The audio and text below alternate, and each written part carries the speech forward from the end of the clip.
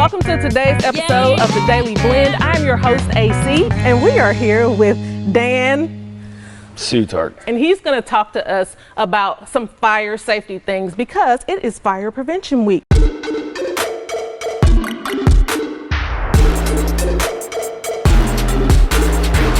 of the most important things we try to tell everybody, regardless if they're in elementary school or, an adult living in their own house, is that you always want to have functional smoke alarms.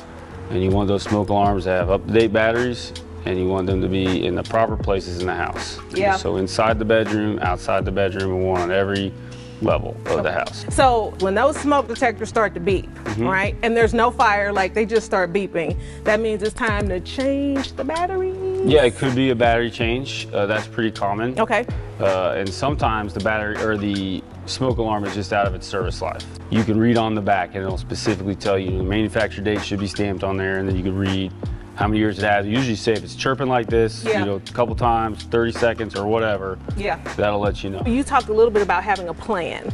Correct. So that's another thing we'll talk to families about, children about, is in the case of a fire, you would want to have the plan of how you're going to get out of your house, so everyone can be accounted for and get out safely. What if you're on the second floor? Yes, second floor can be a worry. So if you can safely get out of your home, you should. But that is flight standards. Now, if you cannot, you need to hide in your room. Okay. You need to shut the door, and you need to make sure that you put something down on the bottom, some towels or clothes, and then you need to turn on the lights, go to the window, let us know that you're in there. That literally goes against everything that I would do naturally. Sure. Like, I feel like in my head, I would feel like I need to get out as opposed to closing the door. Well, but if you can get out safely, you should. Right. But if there's fire and smoke conditions, and the thing about touching the doorknob, and if it's hot, I mean, that's letting you know that you need to stay in there. Okay. So, and we are very trained in the ways we come in and get people out of houses. Okay.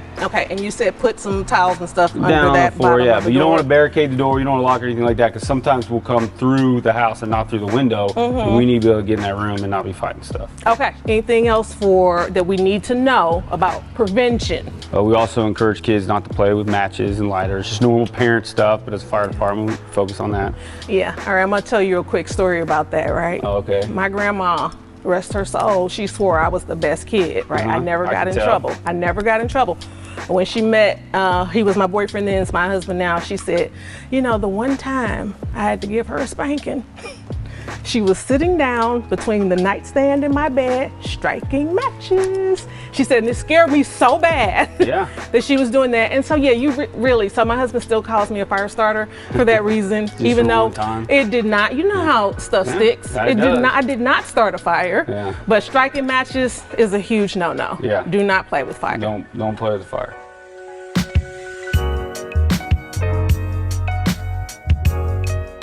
This is Ricardo Valsien, and Ricardo is going to give us a quick tour of the firehouse.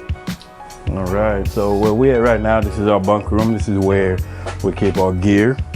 So walking into the firehouse. This is Station 7. Okay. Okay, this is the hallway. We're walking down the hallway. We got maps right here to the city.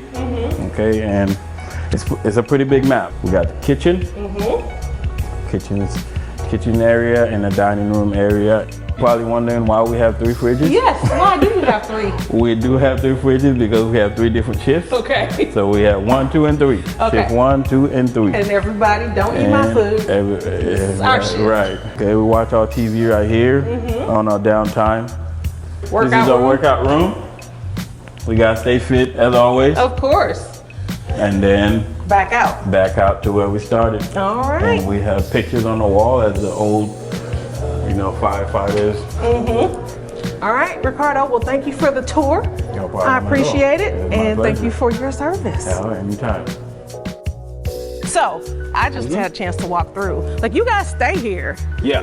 2 days? We do 2 days on, so 48 full hours. We come on this shift in particular, we came on Monday morning. Okay. You had to be ready to go at 7 a.m. So you want to show up a little earlier, make sure your gear's ready to go. Okay. And then your relief will show up about 48 hours later around 6:30 a.m. on Wednesday morning. Okay. So you do all day Monday, all day Tuesday, sleep through the night Tuesday, go home Wednesday. Oh. And then we have 4 days off. Okay, so 4 days off is cool. Well, we appreciate what you guys do for sure. Well, thank you very much. For this community is very important, and hopefully everybody who's listening or watching will take the tips that you gave us and prevent us from having to call you. We can only see you in the grocery store or if we're dropping off something to you guys. But never hesitate to call 911 if there's an emergency. We will. All right, and so now we're going on a ride. I can go on a ride along. Yeah, we can go on a ride along. All right, let's go. Let's go.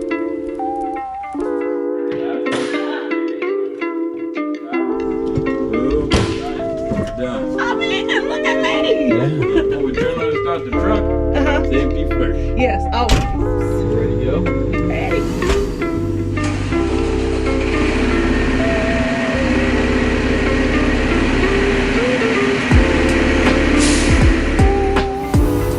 So did you always know you wanted to be a firefighter? Were you one of those little kids like, I'm gonna be a firefighter? Nope.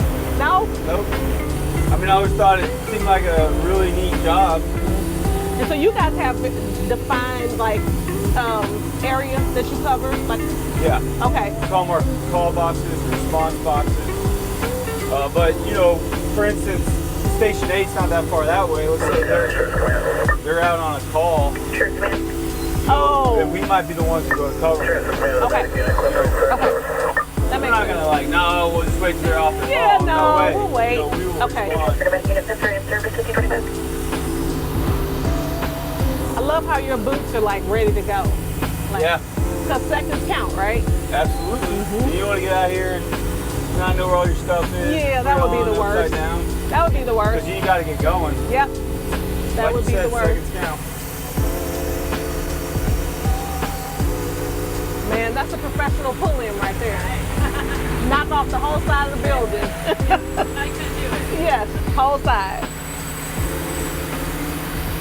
Just got to trust that you're doing it right. Get a Yeah, little bit of experience. yeah. You want to scrape up the side of the truck? Would be conversation. Yes, I'm I don't sure. want to have. I'm sure you don't. I'm sure you don't. Can I step on this one? Okay.